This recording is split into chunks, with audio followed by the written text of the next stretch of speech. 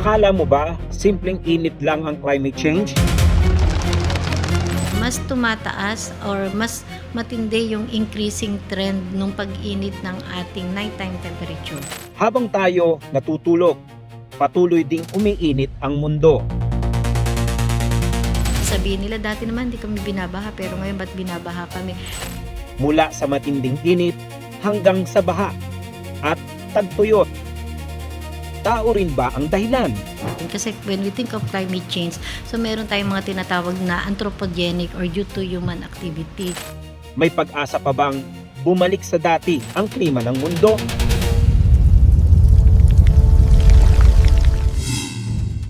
Magandang araw po mga kasambahay, mga ka-lifesaver. Ngayon po ay pag-uusapan naman natin yung matagal nang naririnig natin. Ako, bata pa lang ako, naririnig ko na yun, yung sinasabing climate change. So, makakasama po natin, syempre para makapagbigay sa atin ng tamang impormasyon, si Ma'am Ana Solmoro Solis, ang Chief Climate Monitoring and Prediction Section ng Pag-asa DOST. Good morning po, Ma'am Ana. Good morning po ulit sa lahat po ng nanonood at nakikinig sa atin. Bata pa lang ako, naririnig ko na yan eh. Gano'n na po ba kalala yung naririnig ko pa nung bata ako na climate change? So, medyo lumalala talaga yung ating tinatawag na climate change kasi usually ito yung pagbabago ng ating klima at nagkakaroon tayo ng mga extreme weather events. So, maaaring sobrang init, sobrang lamig, sobrang dami ng tubig or sobrang kokonti ng tubig. So, ibig sabihin both extremes na epekto dulot ng climate change dahil patuloy na tumataas yung ating global temperature. So, medyo tumataas po yung tinatawag nating increasing trend ng ating global warming as a result of climate change. So, nagbabago yung ating variability even nung yung normal natin dito sa klima to. Even po ba yung timing, nakasama rin po ba yun sa nangyayari sa climate change? Dahil dati, parang pagdating sabi nila, bare months, malamig. Pero ngayon po, parang December pa lang dun lumalamig up to March. May mga ganyan po eh. Kasama po ba yan? Kasi kung ang titingnan natin, hindi lang dun sa pagkakaroon ng pagkaiba ng climate pattern. Kasi when we think of climate change, so meron tayong mga tinatawag na anthropogenic or due to human activity. So in fact, meron na tayong tinatawag na Anthropocene era. So ibig sabihin po, mas nadodominate na yung tao. So nagkakaroon ng malaking epekto dulot ng climate change as a result of global warming, yung mga human activity. So mas dominant na yung mga tinatawag nating anthropogenic climate change sa ngayon. So kaya nakikita natin dahil with increasing population na so mas madami po at tumataas po talaga yung epekto ng climate change. So kung tama po ako ng pick up, ma'am, ang climate change ay epekto lang ng global warming. Tama po ba? So, climate change is a change in the mean and variability ng climate na maaaring dulot ng pagtaas ng temperatura, yung tinatawag nating global warming, and at the same time yung tinatawag nating paggamit ng tao or yung tinatawag nating human activity, kung paano niya ginagamit yung kanyang kapaligiran at paano siya gumagamit ng mga tinatawag nating greenhouse gases. Sa ngayon po, siguro sabihin na natin more than a decade na napag-uusapan ang paghahanda at yung maiwasan. So nakikita nyo po sa Pag-asa dito sa atin sa bansa natin sa Pilipinas. Ano po yung naitutulong natin para mapabagal o kundi mapabagal o maihintuman? Kung ano man po yung ating perspective doon. Ano po yung naitutulong natin para Sa dito? parte kasi ng Pag-asa para malabanan or makombat natin yung epekto ng climate change. So we are more on adaptation. So yung tinatawag nating mitigation, so ibig sabihin gaya ng mga ibang sektor ng ating lipunan na kailangan malimit o mapababa nila yung paggamit ng tinatawag nating mga fossil fuels. So yun yung mga tinatawag na mitigation options natin. So sa Pag-asa naman po, ang tinitingnan natin is more on climate change adaptation. So ibig sabihin yung pagbibigay natin ng mga early warnings o yung mga bababala at pagbibigay po ng mga tamang impormasyon or advisories sa klima at sa panahon dahil sabi nga po natin yung yung climate change ay ang epekto nito is yung mga extreme weather event. So dun po nakaangkla yung lahat po na ginagawang effort ng Pag-asa towards climate change adaptation and disaster risk reduction. And then yung isa naman po para malabanan natin yung climate change is yung true mitigation na ibig sabihin kailangan pababain o ilipit natin yung paggamit ng mga anthropogenic greenhouse gases. dito po sa bansa natin, ano po yung nakita nyo ng naging impact nitong climate change? Yung para mas madaling maintindihan. Ano na po yung naging epekto sa atin? Well, in terms of climate, yung sinasabi natin, naobserbahan natin na nagkakaroon na tayo ng mga increasing trend ng ating temperature. So, both nighttime and daytime temperature. Ang mas nakikita kasi natin ngayon, mas tumataas or mas matindi yung increasing trend ng pag-init ng ating nighttime temperature. Yung sinasabi nating minimum temperature. Ibig sabihin, mas dumadami na yung mga gabi na mas maiinit kaysa dun sa araw na usually na nararamdaman natin na mainit during araw. Pero yung nighttime, hindi natin nararamdaman na yun pala ang mas tumitindi yung pag-init natin. And syempre, kapag sinasabi natin may global warming as a result of climate change, so yung mga extreme weather events, mas dumadalas na. So usually, yung mga areas na maulan na, mas lalong nagiging maulan. At yung mga areas na kokonti ang ulan, mas lalong nababawasan ng ulan. So kung ikukumpara natin kagaya ngayon, dry season dyan sa may parte ng Cagayan at Isabela. Dry season siya pero mas matindi ang pagkatuyo ng ang kanyang kalupaan. Kaya nagkaroon sila ng soil moisture stress. Kaya sila ay nagkaroon ng deklarasyon ng state of calamity. So yung mga ganun ay nakikita na at nararanasan na natin on the ground. Nakikita nyo naman po ba na nag-a-adapt naman ang mga Pilipino sa climate change? Oo, tama naman. Marami po tayong mga tinatawag na national policy na nakaangkla sa mga international policy at syempre po kailangan mai-adapt din ito sa mga local policies natin. So mostly dun sa mitigation and adaptation. So ang ating mga local, mga LGUs natin, meron po silang mga tinatawag na local climate change action plan. So yung pong mga yan or adaptation plan ay mga nakaangkla na po dun sa tinatawag nilang enhanced LCCAP. Kaya napakahalaga po dahil ng LCCAP dahil doon na nakahatag kung ano yung mga dapat na gawin ng isang LGU in preparation kapag meron po tayong posibleng maging epekto dulot ng climate change. Sa ibang mga industry po, nakita nyo po ba? Kasi syempre, ang government talagang kasi may mga pag-uusap naman ng bawat bansa with regard po sa paglaban sa climate change. Pero yung mga private sector po ba, yung mga nakikita ninyo na sa atin, sa Pilipinas, nakikiisa po ba sila or parang nahihirapan tayong encourage sila na makiisa? Well, actually, ang daming mga players sa mga private sector na nakikita natin na napakaganda ng kanilang mga adhikain or yung kanilang mga advocacy when we think of climate change. So, lalong-lalo na dun sa mga mitigation na at least mabawas or malimit yung paggamit ng ating mga fossil fuel. And for example, in terms of energy, so marami nang gumagamit ng renewable energies, yung wind energy at saka yung mga tinatawag nating solar energy. So kahit nga sa Shopee at sa Lazada, makakabili ka na ng solar panels. So yung mga ganun na mga campaign and also yung pagtitipid at least paggamit or paglimit ng paggamit ng mga plastics, ayun. So nakikita naman natin is more on mitigation options yung nakikita natin. And sinusuportahan po natin yung mga ganun na idea nila na gumamit ng ibang source. Oo, tama ka. And sana lahat ng bahay magkaroon talaga at maging habit na yung magkaroon talaga ng waste segregation. So, siguradong napakalaking tulong yun. Kung lahat ng magkakapitbahay or lahat ng mga bahay ay talaga magsesegregate ng mga basura. Ano po ang magiging tulong nun, Ana? Well, syempre sabi natin, mas mababawasan yung ating mga waste natin. So, ibig sabihin po, hindi dadami or tataas yung emissions ng mga galing sa mga sanitary landfill. So, may iwasan din natin yung mga nagkakaroon ng mga sunog sa mga landfills natin. Dahil kasi malaki yung mga methane at saka CO2 at nitrous oxide emissions na nanggagaling sa mga landfill. So, kung nagkakaroon tayo ng proper segregation, mababawasan yung mga naiitapon nating basura para ilagay natin doon sa landfill. So, in terms of mitigation. So, parang simple lang pero ang laki pa ng tulong po niyan sa... So, kung every community, lahat talaga magsasegregate, napakalaking tulong. Personal opinion ko yun as a common tao. Although hindi part ni Pag-asa yung mitigation, pero as a common tao, yun yung dapat natin gawin. Pero sa sa atin, climate change, mababalik pa ba siya sa dati or ano pa ba natin yan? Matatanggal pa ba natin ang pagbago ng klima? Babalik pa ba sa dati? Kasi meron tayong tinatawag na balance eh. Nature has its own way to balance itself. Pero hindi sa ating henerasyon ngayon. Dahil sabi nga natin, we live in Anthropocene era na kung saan yung man ang nagdo-dominate sa paggamit ng ating kapaligiran. Tama. So, pwede siyang dahil decades or million or thousands of years nagaling tayo sa napakalamig na temperatura, maaari posible magbalik yon dahil yun po yung natural cycle ng ating environment or ng ating mundo. But then dahil naandito tayo sa era na maraming tao, Anthropocene, tinatawag nga natin anthropogenic in nature.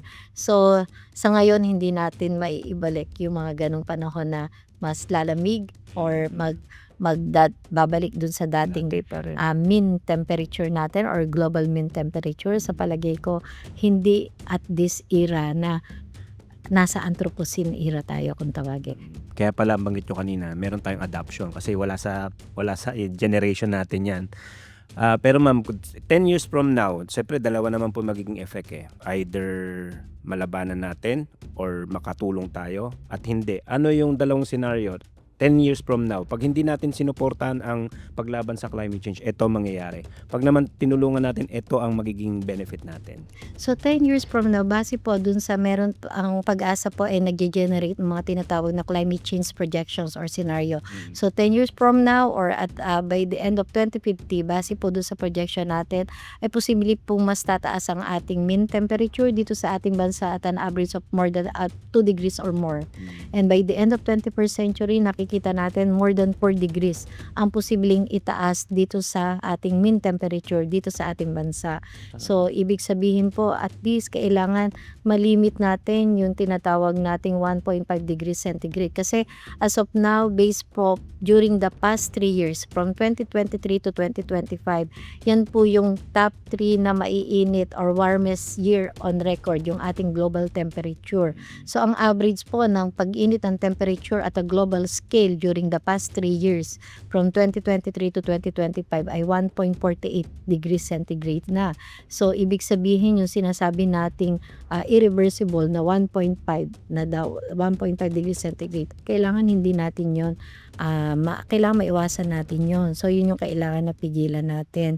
So, hopefully naman ay hindi tayo dumating sa ganon. But then, increasing nakikita natin talaga na yung past from 2015 to 2025 during the past 11 years, yung 11 years na yon ang warmest year on record globally. So, hindi natin siya maiiwasan kaya kailangan mag-adapt tayo pero yun nga, yung kailangan pa rin yung mitigation natin para at least may slow down natin yung pag-init ng temperature natin. So, yung in terms of mitigation and then in terms of adaptation, nandiyan na yan. So, kailangan mas ma-improve natin yung ating mga early warning system at mas maintindihan ng ating kababayan yung aming mga warnings. So ito pong pagpasok ng tag-ulan, based doon sa monitoring niyo sa climate change, magiging extreme po ba talaga ngayong season na to?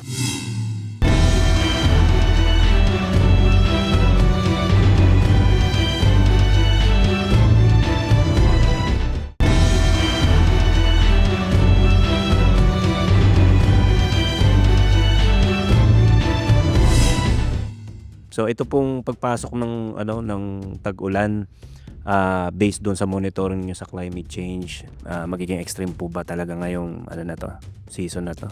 So nagbabari kasi from year to year at from season to season yung ating climate, yung ating rainfall pattern na ganyan. So when we think of climate change naman, kung tinitingnan natin is yung mga tinatawag nating mga impact. For example, halimbawa magkakaroon nga tayo ngayon ng El Nino. So kung titindi yung impact nito, halimbawa sobrang ulan, so extreme event siya. So ibig sabihin, yung occurrence ng mga extreme events natin, posibleng lumala yung frequency niya.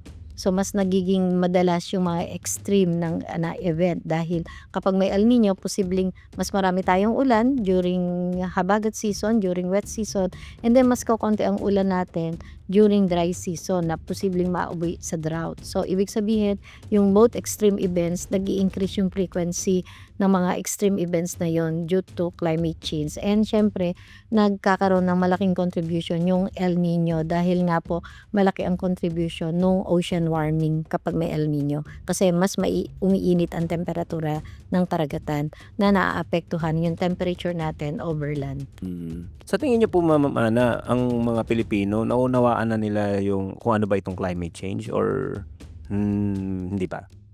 Nauunawaan na rin ng ating mga kababayan kasi at elementary level actually pinag-uusapan na yan pero more on ano kasi yun nga yung sa mitigation ang ating kailangan na i-campaign sa ating mga kababayan kasi in a little way dun makakatulong ang general public yung mitigation side ng climate change at para maiwasan din yung pagtaas o patuloy na pagtaas ng temperature natin. So yun nga yung pagtitipid ng kuryente, yung ride by bike na lang, wag na tayong gagamit ng mga fossil fuel, and then yung sa mga pagluluto din natin. So yung halimbawa in a little way, wag na tayong kakain ng halimbawa ng baka, ng beef, wag na lang natin dalasan. Pero kakain pa rin tayo, masarap yung beef Oo, kasi yung mga baka, nag-i-emit yan ng methane. So ibig sabihin, magkakaroon tayo ng maraming methane emission na mga ganon, in which yan yung nagtatagal din na greenhouse gas sa ating atmosphere. And also, yun sabi nga natin, yung mga pagsisegregate ng mga basura sa ating mga tahanan. So yung mga mitigation options, dun makakatulong. So naunawaan na yan ng ating kababayan. So kailangan lang natin ay ipatupad at gawin natin, self-discipline na lang din yan 'di ba? Kung magtatapon tayo ng basura, isesegregate na agad natin sa ating bahay. So kung lahat ng household ganun ang ginagawa, napakalaking tulong na. Oo, kasi residential naman ang pinakamarami talagang structure sa atin 'di ba? So, nabanggit niyo po, Ma'am Ana, kanina, no, sa part ng isang event ng climate change, yung dating madalas ang ulan, mas dadalasngan. Yung mga hindi masyadong inuulan, magkakaulan. So parang kung yung dati binabaha, mas babahain sila. So, yung pong mga event na, kasi may mga naging, may mga naging instansya na hindi naman kami binabaha dati.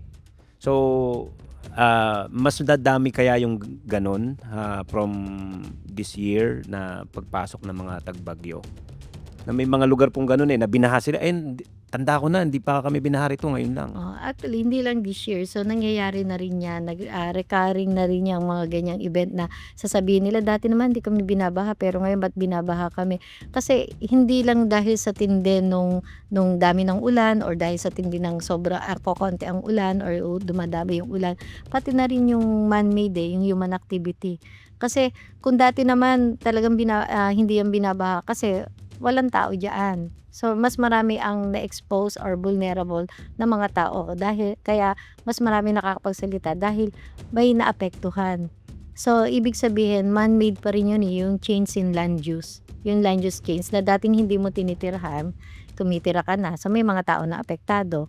So ganun. So may mga time din na dating taniman yan, nagiging sementado. So ibig sabihin, mas magiging prone siya sa baha. So yung mga ganun. Kasi yung pag ng tubig, nahaharang na, no? Oo, so man-made pa rin. So climate change pa rin due to man-made human activities pa rin. Hindi lang yun dahil sa epekto na mas tumitindi yung baha. So marami na rin naapektuhan kasi change in land use kasi din yun.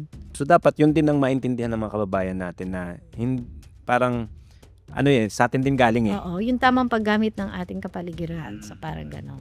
30 plus years na po kayo sa Pag-asa So nadaanan nyo lahat yung from papel-papel, tapos hindi ko alam kung may radyo, tapos ngayon panahon na ng social media. So nung time po na yun, hindi ko lang po alam kung ilang generation ng process ang nadaanan na po ninyo. Pero dun po sa mga pinagdaanan ninyo, alin po yung naging pinakamahirap na part po ng pagiging bahagi ng Pag-asa? Yung pag-disseminate talaga ng impormasyon dahil yun nga, meron tayong although nag-e-evolve din naman base po dun sa mga feedback at kung ano yung pangangailangan ng ating mga mamamayan, ng ating mga kababayan, and even yung different government concerned agencies, dun tayo nakikita. Pero kung makita natin nung time na yon talagang very challenging and up to now yung communication. Kasi noon, kokonti pa yung facilities ni Pag-asa. Kokonti pa yung mga radars natin, yung ating mga station. Pero ngayon dahil sa Pag-asa Modernization Program, nagkaroon na po tayo ng pagkakaroon ng maraming facilities, marami ng network of observation, and well-trained na ang mga taga-Pag-asa. Siyempre, pag bago yung ating mga facilities, kailangan yung human resources din natin. So, and training. So, nandyan na yan. So, mas dumadami yung ating mga kaalaman at yung mga tinatawag na mga emerging technologies. So, kailangan makasabay tayo dyan. So, kung ikukumpara natin during that time, kokonti pa. At increasing din yung demand ng mga ating mga different sectors, national government, private sector, and even yung community. Mas dumami yung need at yung increasing na pangangailangan sa weather and climate information. Yun yung nakikita natin ngayon. Pero Ma'am Ana, nung panahon po na yon, pag sinabing weather forecast, Pag-asa agad eh. Ngayon pong social media era, ang dami ng Pag-asa. paano nyo binabattle yung gano'n na iba-iba ang information minsan? So usually kasi available din kami sa lahat ng social media channel. So meron kaming official Facebook account, meron kaming official YouTube channel, X account, at meron po kami official Pag-asa website. And also nakikipagtulungan din po tayo through NDRRMC down to Barangay DRRMC. So yun po yung channel na communication natin. Nasa national protocol natin yan. And also yung media, napakalaking tulong nung media natin na kung saan yan talaga yung direktang makukuha ng ating mga kababayan. So, sa mga ganun kasi, hindi natin kasi maiiwasan. Basta, maging mapanuri yung ating mga kababayan na kailangan dun sa official. Dahil available naman kami in all social media platforms at meron kami website at katuwang natin ang media. So, yun yung kailangan nararapat na, yun yung subaybayan nila at maging mapanuri sila dun sa mga pinopost na mga false information. Kasi yung iba, may mga naman talaga, mga scientists sila, mga meteorologists talaga sila, hindi natin maiikaila yun, but it should complement dun sa ginagawang effort ni Pag-asa, hindi yung makikipag-compete pa. Ayun. And last question po Ma'am Ana, sa 31 years nyo po sa 31 or 32? 32 years nyo po sa Pag-asa. Ano po ang nagiging motivations nyo? Bakit up to now talagang nandyan po kayo, nagsiservisyo kayo? Maaaring may mga ibang offers din di ba? Mayroong mga ibang opportunities. Pero pinipili nyo pong magstay sa Pag-asa and to serve the Filipino people. Oo, kasi personally kasi dahil 31 years na ako sa Pag-asa, yung meron kang room for growth room to grow. Kasi hindi ka dapat matetenga dun sa kung ano yung nalalaman mo ngayon. So, kailangan meron kang continuous learning at nai-provide yun ng Pag-asa, ng DOST Pag-asa. May continuous training ka, learning. So, ibig sabihin, hindi ka nakatenga na nakaupo lang sa opisina at yun ang ginagawa mo. At meron ka pang chance na makipag-communicate dun sa gumagamit ng iyong weather and climate information. Yun ang maganda dahil nakakakuha kami ng feedback on the ground. At nalalaman natin kung paano mai-improve pa natin yung serbisyo dahil hindi ka lang nakaupo sa opisina na nagbibigay ka ng forecast ng babala, kundi pumupunta ka rin sa community, sa inyong mga partner agencies, even sa national, private sector, and even yung mga farmers, yung mga mamayan. So yun yung maganda kasi meron tayong interaction dun sa mga users ng impormasyon. Kaya mas naiintindihan na natin kung ano yung mga pangangailangan at ano yung kulang. So ibig sabihin, meron kang room for improvement araw-araw. Yon, ganon. So, hindi siya boring na ikaw ay magpo-forecast lang. And also, dahil nasa Department of Science and Technology, so meron naman tayong mga tinatawag na Magna Carta for S&T. So, na kung saan, at least, puwede ka na mabuhay ng maayos. Okay po. Message niyo po sa mga kababayan natin para makatulong din sila sa paglaban natin sa climate change. Well, sabi nga po natin na globally at even dito po sa ating bansa 'no, nararamdaman natin at nararanasan yung increasing na pag-init ng ating temperatura. So, lalong-lalo na po yung nighttime temperature. So, hindi lang po 'yan sa mga mamamayan, posibleng makasira or hindi, or may negative na epekto kundi din sa ating, kapaligiran lalong-lalo na sa ating mga pananim. So, yung that could threaten our food security and agriculture at iba't ibang sektor. So, kailangan po ay labanan po natin yung ating, magiging dulot na maling epekto ng tinatawag na global warming as a result of climate change. So, kailangan po in our own little way ay kailangan po ay gawin natin yung mga nararapat para malimit po natin or mabawasan yung ating paggamit ng mga tinatawag na man-made greenhouse gases. So, yun po yung kailangan nating pag-ingatan in our own little way. Pwede mag-start sa ating household, sa ating mga bahay, mag-segregate, magtipid ng kuryente, magtipid ng tubig, and also mag-bike na lang tayo dahil lalo na ngayon tumataas yung ating gasolina. So, yun po in our own little way, yung ma-mitigate natin yung effect ng global warming o yung climate change natin. Salamat po at sana may natutunan po kayo sa episode ngayon ng Lifesaver. Siyempre nakasama pa rin po natin si Ma'am Ana Solmoro Solis, ang Chief Climate Monitoring and Prediction Section ng Pag-asa DOST. Regarding po sa climate change, napakalaking bagay po ng itinuro sa atin ni Ma'am Ana na makiisa po, hindi po ito trabaho lang ng government, hindi po trabaho lang ito ng mga kumpanya or anumang mga establishment. Ito po ay obligasyon ng bawat taong nakikihiram ng ating mundo para tumagal pa na tayo dito sa mundo na hindi tayo nahihirapan lalo na po naapektuhan na tayo ng climate change. Hindi man po natin, sabi po ni Ma'am Ana sa atin, hindi man natin matapos ngayong ating generation but at least mapigilan, mapabagal natin ang matinding epekto ng climate change. Yung simpleng pakikipagkaisa natin, bawat pamilya, bawat bahay ay malaking epekto po ito para sa buong mundo. Hanggang sa susunod na linggo, samahan ninyo kaming matutong uli ng iba't ibang paghahanda sa mga sakuna, sa mga disaster at paglalapat ng first aid dito lang sa Lifesaver. Ako po si Benedict Galasan. Magandang umaga po.